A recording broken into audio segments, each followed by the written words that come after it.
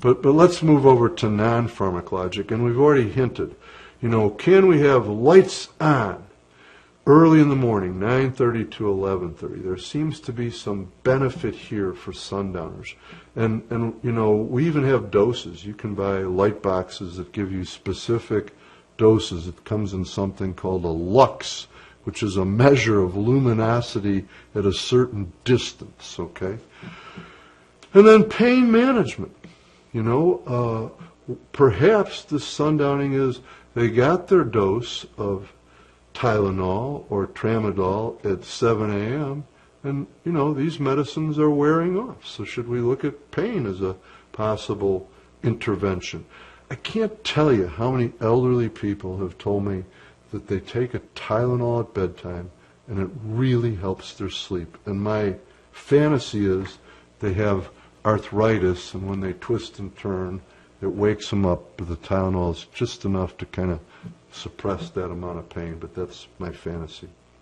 And then, of course, the whole behavior modification program that caregivers in memory units and assisted living units and nursing homes are so skillful and graceful and beautiful at doing, redirection, reassurance, distraction.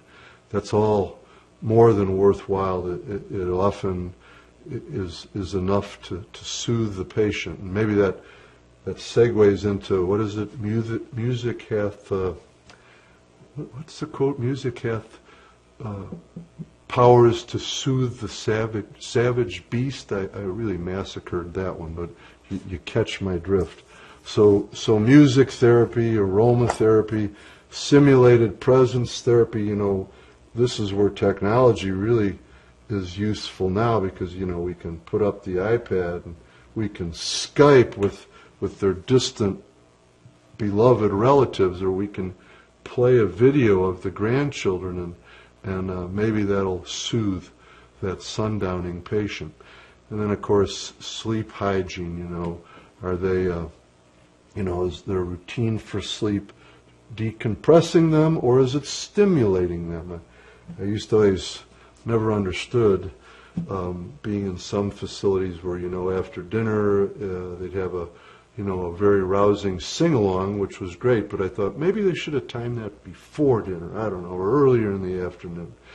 But I think most facilities have figured out a routine.